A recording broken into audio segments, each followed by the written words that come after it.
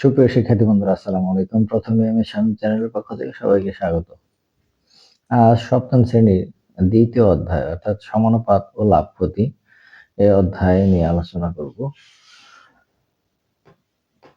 এই অধ্যায়ের প্রথমেই সমানুপাত এবং লাভ ক্ষতির যে গুরুত্ব, এই গুরুত্বটা এখানে বলা হয়েছে।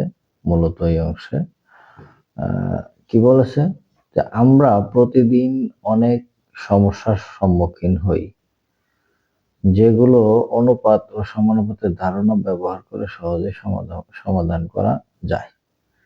তাই শিক্ষার্থীদের অনুপাত ও সমানুপাতের ধারণা ও প্রয়োগের দক্ষতা অর্জন করা দরকার। একইভাবে আমাদের দৈনন্দিন জীবনে অনেকখানি জায়গা জুড়ে আছে লেনদেন, আর যার সাথে জড়িয়ে আছে লাভ ক্ষতি। এই কারণে লাভ ক্ষতি সম্পর্কে শিক্ষার্থীদের পরিষ্কার ধারণা থাকা প্রয়োজন। তাই এই অধ্যায়ে অনুপাত, সমানুপাত ও লাভ ক্ষতির বিষয়ে আলোচনা করা হয়েছে। আমরা প্রথমে কি আছে দেখি। প্রথমে যে জিনিসটা আছে যে বহুরাশিক অনুপাত ও ধারাবাহিক অনুপাত। তাহলে বহুরাশিক অনুপাতটা কি? মনে করি একটি বাক্সের দৈর্ঘ্য, প্রস্থ, উচ্চতা যথাক্রমে 8, 5 ও 6 সেন্টিমিটার। তাহলে দৈর্ঘ্য, প্রস্থ ও উচ্চতার অনুপাত 8, 5, 6। অনুপাতের চিহ্নকে আমরা এইভাবে প্রকাশ করি। তাহলে প্রত্যেকটা মাঝখানে অনুপাত আছে। আবার সংক্ষেপে দৈর্ঘ্য, প্রস্থ, উচ্চতা হলো 8, 5, 6। এখানে তিনটি রাশির অনুপাত উপস্থাপন করা হয়েছে। এরূপ তিন বা ততোধিক রাশির অনুপাতকে বহুরাশিক অনুপাত বলে।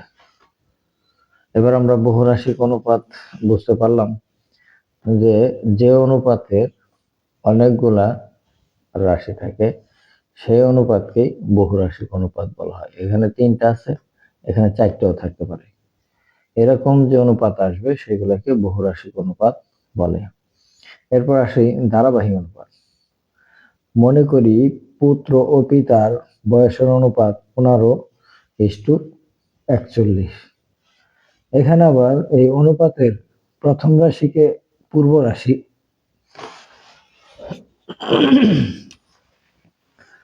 দ্বিতীয় রাশিকে উত্তর রাশি বলা হয় এবং পিতা ও দাদার বয়সের অনুপাত 41:65। দুটি অনুপাতকে একত্রে করে পাই পুত্রের বয়স পিতার বয়স দাদার বয়স। তাহলে পিতার বয়স 15, পুত্রের বয়স 15, পিতার বয়স 41, দাদার বয়স 65। এই ধরনের অনুপাতকে আমরা ধারাবাহিক অনুপাত বলি।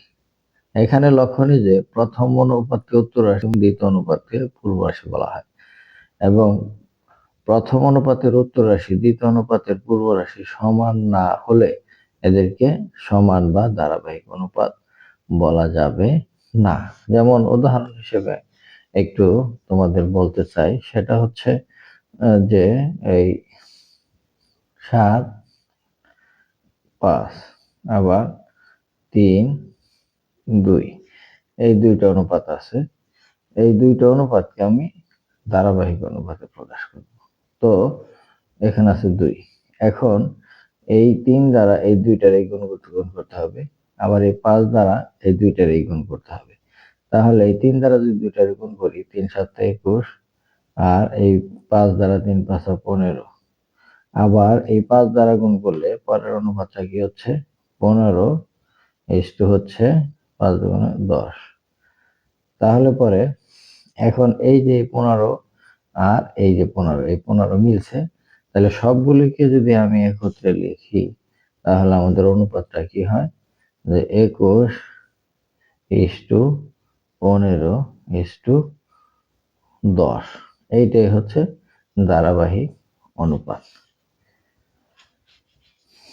এখন আমরা পরের পৃষ্ঠায় ধারাবাহিক অনুপাতের কিছু উদাহরণ দিছে একটা। তাহলে উদাহরণ 1 নম্বরে কি আছে, 7, 5, 8, 9 দুইটা অনুপাত, এদেরকে ধারাবাহিক অনুপাতে প্রকাশ করব। তো ওই যে সিস্টেম একটাই, যে প্রথম অনুপাত লেখছে 7:5, 5, আর দ্বিতীয় অনুপাত হলো 8:9। তো প্রথম অনুপাতের আমরা বিকল্প সমাধানটা বেশি খেয়াল করব, যে এভাবে কি করছে, প্রথম অনুপাত লিখছে, তারপরে প্রথম অনুপাত, আর এখানে হচ্ছে দ্বিতীয় অনুপাত। দ্বিতীয় অনুপাতের যে প্রথম রাশি 8 দ্বারা এই দুইটারই গুণ করা হয়েছে, আর এই প্রথম অনুপাতের যে উত্তর রাশি 5, এই 5 দ্বারা আবার এই দুইটারই গুণ করা হয়েছে। যেমন আমরা এখানে দেখি যে 7 প্রথম অনুপাত 7:5, তাহলে এই 8 দ্বারা 7-এর গুণ করছে, আবার 5-এরও গুণ করছে, তাহলে 7-8 56, 5-8 40। আবার দ্বিতীয় অনুপাত লেখার পর এই যে এটা 5 আছে, এই 5 দ্বারা এই দুইটারই গুণ করছে, এই যে 8:5, আবার 9:5, আর 5-8 40, আর 5-9 45।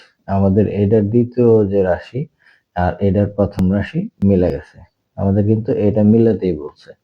তাহলে ধারাবাহিক অনুপাতটা কি হলো? ধারাবাহিক অনুপাতটা হলো 56:40:45। এই হচ্ছে ধারাবাহিক অনুপাত।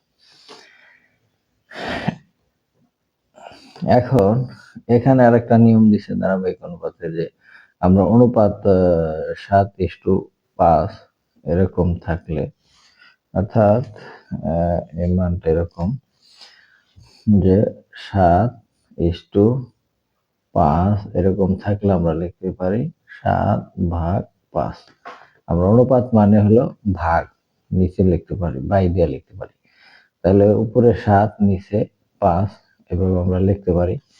তো লিখলাম, লেখার পর উপরে নিচে আমাদের গুণ করতে হবে। এই যে দ্বিতীয় অনুপাতে যে প্রথম রাশি আছে, এই প্রথম রাশি দ্বারা উপরে নিচে গুণ করছে, 7-8 56, আর 5-8 40, আর ভাগ থাকলে আমি আবার এরকম অনুপাত হিসেবে লিখতে পারি, যে প্রথম অনুপাত উপরে আর দ্বিতীয় অনুপাত নিচে। এবার 8 আর 9 এর যে অনুপাতটা আছে সেটা আমরা দেখব। দ্বিতীয় অনুপাতেরও 8/9, এবং প্রথম অনুপাতের যেটা লাস্টে ছিল সেটা দ্বারা উপরে নিচে দুইটারই গুণ করা হয়েছে। আর এখানে 5-8 40, আর 5-9 45, তাহলে এইটার আমরা আবার অনুপাত আকারে লিখতে পারি। তো ধারাবাহিক অনুপাতটি হলো 56:40:45।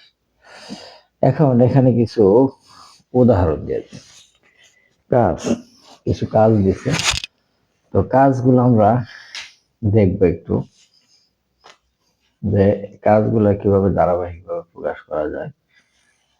তো শিক্ষার্থী বন্ধুরা, আমরা এখানেই আমরা প্রথমটা কাজটা করব। প্রথমে যেটা আছে যে 12-17, তাহলে প্রথম অনুপাত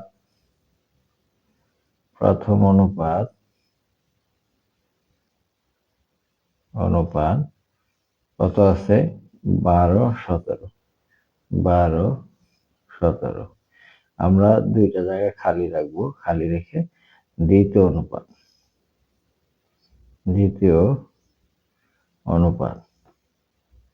লিখবো। দ্বিতীয় অনুপাত কত আছে? 5 আর 12, 5:12। এখন আমরা এখানেও দুইটা ঘর দেই, টান দেই, সমান দেই, দিলাম। এখন এখানে যে প্রথম উপাদান আছে 5, এই 5 দ্বারা এই দুইটারই গুণ করতে হবে। তাহলে 5 দ্বারা যদি আমি দুইটারে গুণ করি, তাহলে কত হয়? 17 আছে এটা। তাহলে 12:5:17:5।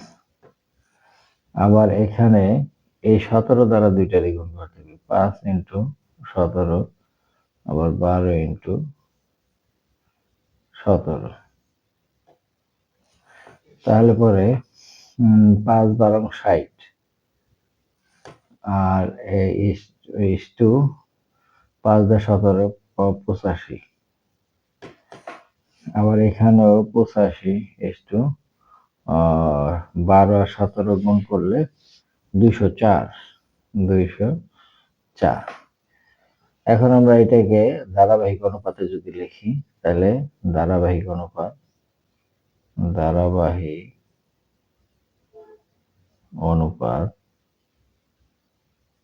ধারাবাহিক অনুপাত কি হলো?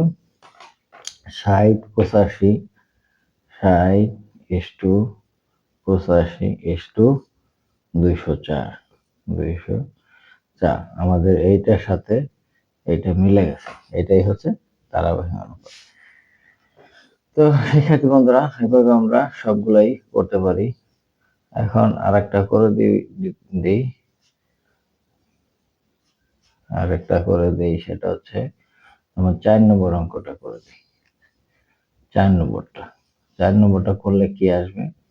এই 12 দিয়ে এই দুইটারে গুণ দিতে হবে, আর 8 দিয়ে এই দুইটারে গুণ দিতে হবে। তো 12 দিয়ে যদি আমি এইটারে গুণ দিই, তাহলে 5 12 60 ইস্টু 8 12 96। আবার পরেরটা আসবো কত? পরেরটা 12, ওই 8 দিয়ে যদি 12 করে 8 12 96। আবার এই 8 দিয়ে 8 17 করে 7 8 56, আর 8 8 5 13। 7 8 56, আর 6 হাতের হলো 5, 8 8 5 13। অর্থাৎ 60 96 আর 96 13। এটাকে আমরা যদি ধারাবাহিক অনুপাতে প্রকাশ করি, তাহলে কি হবে? 60 ইস্টু 96 ইস্টু 136। 136, এটাই হচ্ছে ধারাবাহিক অনুপাত। এখন আরেকটা অঙ্ক দেখি।